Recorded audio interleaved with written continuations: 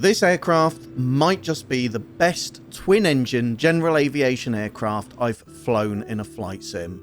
This is the Cessna 414 from Flysimware Studios, a turbocharged beast with a cruise speed of 320 knots, a service ceiling of 30,000 feet, a passenger capacity of 7, and a range of nearly 2,000 kilometers.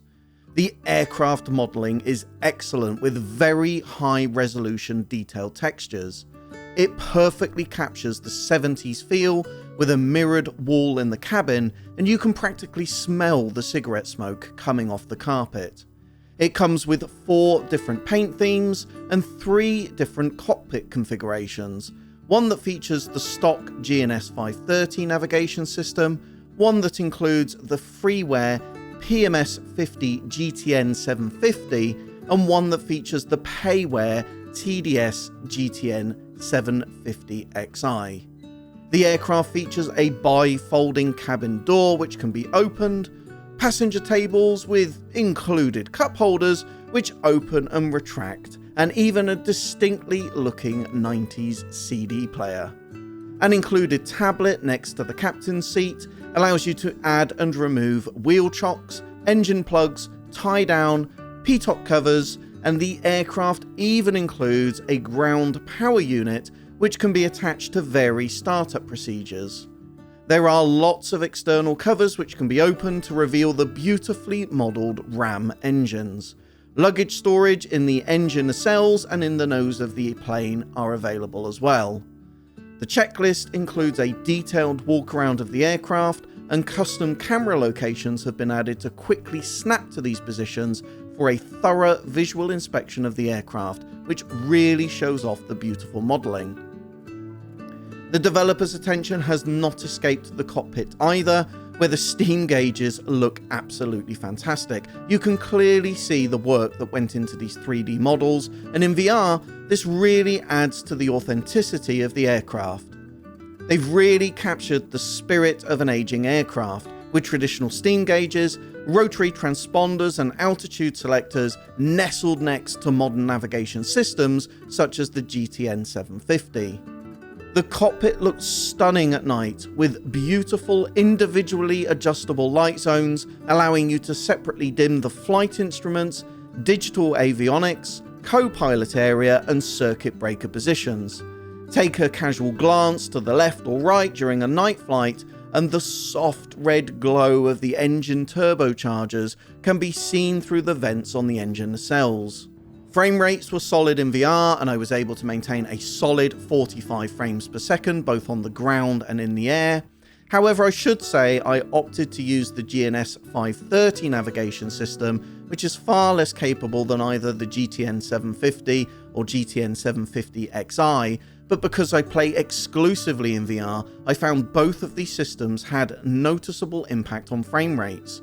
The PMS GTN 750 had less of a performance impact, and I was able to hold 45 frames per second at simple airports and consistently up in the air, but there was noticeable stuttering at more complex payware airports.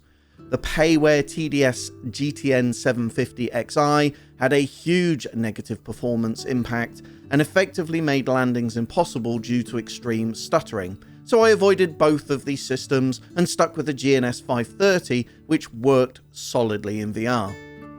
The aircraft is a real pleasure to fly. She's a high altitude cruiser, and that's exactly how she feels. Robust and stable in the air, she was easy to trim and keep stable, and is ideal for longer trips due to her high fuel capacity and fast cruise speed. Despite her size, she's nimble in the air, and tight turns at relatively tight turn rates are very possible. She's a forgiving aircraft, and I found flying this bird a relaxing experience. Excellent views out of the cockpit allowed me to take in the scenery, flick the autopilot on, grab a brew or a beer, and enjoy taking the world in within VR. The learning curve isn't excessively high for this plane, but there is enough to learn on the avionics side to keep it interesting. A very detailed manual is available which walks you through all the key systems. If you've flown the stock Baron before, the transition to this aircraft is a relatively simple one. In fact, the aircraft is simpler in some respects, as the engines are turbocharged, so there's no need to lean the engines constantly as you climb, and there's no drop in manifold pressure like you would find in the Beechcraft Baron. However, in the real aircraft, you would still lean your fuel mixture to manage the engine gas temperature. A limitation in the core mechanics of the sim prevents the developer simulating correctly the turbocharged nature of the RAM engines and this leaning to manage EGT. So for now, leave the mixtures full forward, or simulate the leaning if you wish. Either way, the EGT won't be affected, which is a shame. Aircraft sounds are excellent, with over 70 sounds recorded from the actual aircraft. Engine startup sounds fantastic, and there's something soothing about listening to the tinkling sound of cooling metal after shutdown. These sounds really do immerse you in what becomes clear during takeoff roll is a very powerful aircraft indeed.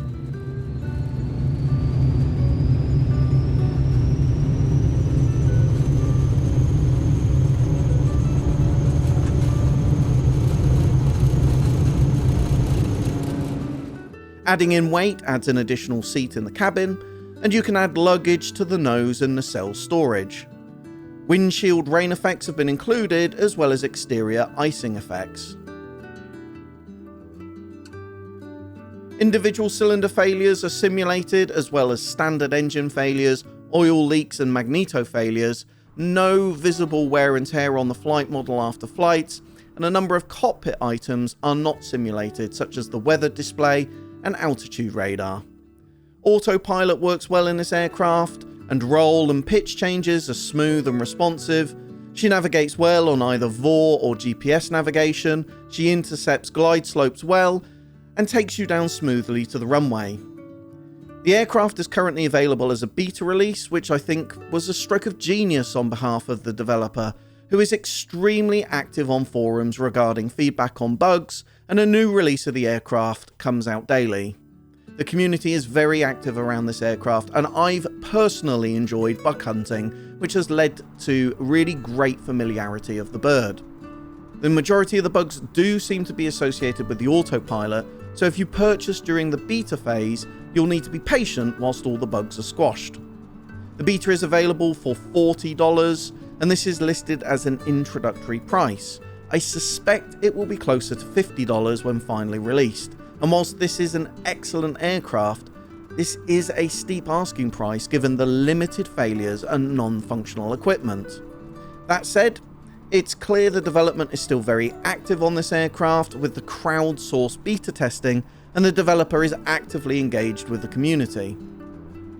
I've personally enjoyed my week in this aircraft, and I've enjoyed engaging with the community on bugs. I'm certain if you can scrap together enough change to purchase this aircraft, you'll definitely enjoy it.